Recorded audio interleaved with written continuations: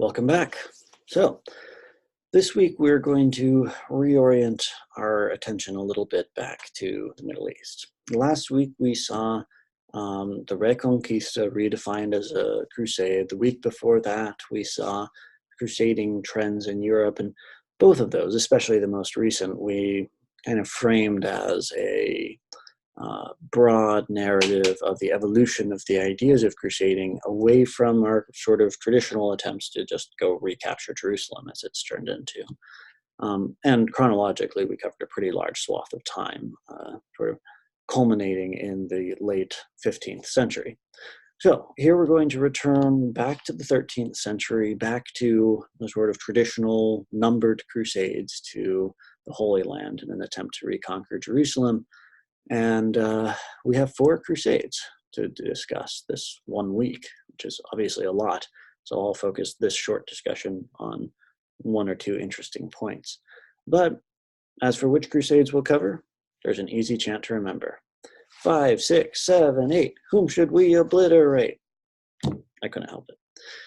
Anyway, the 5th crusade, planned by Innocent III, but ultimately conducted after his death, the 6th, the 7th, the 8th, all with these interesting effects, and all ultimately concentrated more in North Africa than in the Holy Land.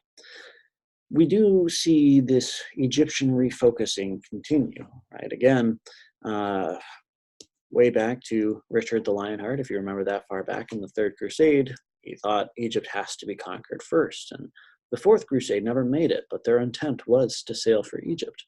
Well, the Fifth Crusade will realize that ambition. It will be an attack directly on Egypt and quickly turns into a quagmire, a hopeless sort of quagmire. Part of the reason for that, Emperor Frederick II of the Holy Roman Empire never shows up. He was supposed to. Frederick II is a pretty interesting character. I feel I have to introduce him here. He was cynical, jaded, no doubt, from his youth.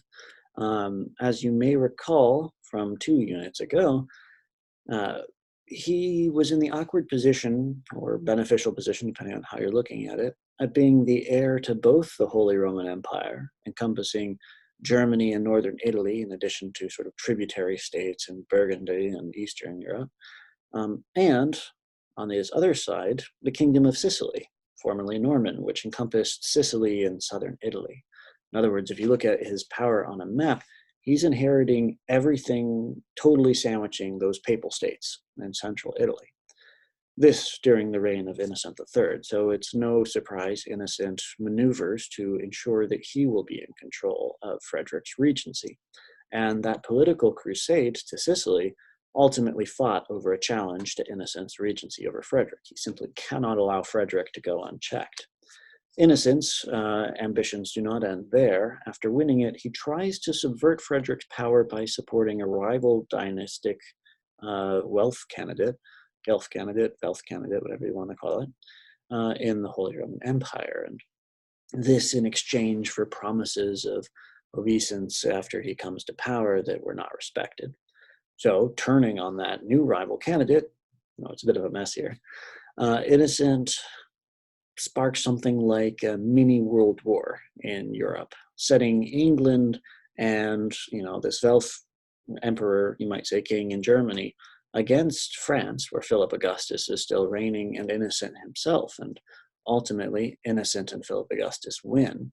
This is one of the big things that leads, sort of the final straw that leads to the signing of the Magna Carta in England, which of course Innocent will then just cancel because he owns England. But that'll set off a civil war in England. It never ends.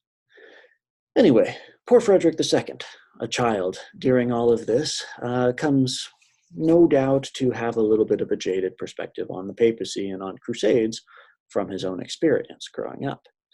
But he is an interesting character. He's referred to by contemporaries as Stupor Mundi, the wonder of the world. He's really quite bizarre, and part of that may have to do with his cosmopolitan upbringing in Sicily.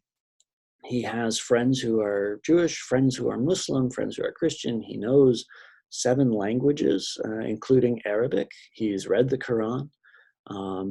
He, in fact, to his imperial coronation, just to be kind of snarky, he wears a robe with the verses of the Quran inscribed on the robe.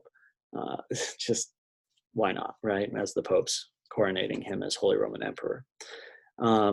He's very interesting. He has the dubious honor of being the most excommunicated ruler in European history. Really, several times he falls afoul of the papacy. And, he's generally religiously flexible, you might say, in some ways. He travels around with a zoo and sponsors human autopsies, which were forbidden at that time. Quite the character. Anyway, early on, in exchange for some promise of political support, Frederick had promised to go on crusade and kept demurring, right? And the Fifth Crusade was perhaps the most egregious case where he was supposed to show up and did not, and nerfed the whole Fifth Crusade as a result, debatably. You'll get to read the details, but long story short, eventually he finds himself compelled to go on crusade, having been excommunicated, and he leads the Sixth Crusade, which is the only other successful conquest of Jerusalem than the first. And does this by trying a novel strategy, asking nicely, which amazingly works. In truth, it's a diplomatic arrangement, right? And he has to trade off all of those impressive, military order castles in Jerusalem in order to get Jerusalem, Bethlehem, and Nazareth without a fight. From the beginning, there's a lot of criticism over that move, that he's just doing it for political gain, that Jerusalem's ultimately just going to be reconquered when the terms of the treaty expire. He gets excommunicated over again, even though he's already excommunicated, and he just finds a way to become king of Jerusalem through some kind of dynastic, squinty-looking. And I don't think he cares about anything. It's quite fun. However, after his reign, the Holy Roman Empire falls apart because he allowed those princes in Germany to gain all of that power while focusing his attention more on Italy and on Sicily and on Jerusalem. And so 1254 starts this half-century-long interregnum that will ultimately result in the rise of the Habsburg dynasty, if you're interested in that. So the Fifth, Sixth Crusade, dominated in some ways by the character of Frederick II. The Seventh and Eighth Crusade, sort of reoriented away from the empire and toward France, are dominated by the French king Louis IX, who's known as Saint Louis, partially for his zeal for crusading. It's not super practical in a lot of ways, his crusades, as you'll see, and they make minimal headway, even involving his capture at one point. While he's gone, his mother, Blanche of Castile, who practically co-rules the kingdom with him, has to govern in his absence. But around this time, from Philip Augustus to Louis IX, you have this rise of France to be ultimately the most powerful kingdom in Western Europe, especially with the sort of collapse of the Holy Roman Empire. And so Louis's crusading efforts receive a lot of attention in the Seventh and Eighth Crusade. He's really sort of leading the charge of Latin Christendom and all of that. And his reception as a result has been quite positive, maybe distortingly positive. St. Louis, the city in the US, is named after the king, St. Louis. But he is no more effective than his predecessors had been in recapturing Jerusalem. He never even gets anywhere particularly close, as you will see. So with that, I will leave you to read all about these four crusades. It's a pretty heavy week, just to warn you, because each crusade has its own history and course, and you have to kind of get through all of that. But the primary source load is not that much heavier than it otherwise would have been. So hopefully you'll have some interesting things to see, and I'm particularly curious where you fall on Frederick II, because he tends to be a rather polarizing figure, as entertaining as he is. All right, see you next week.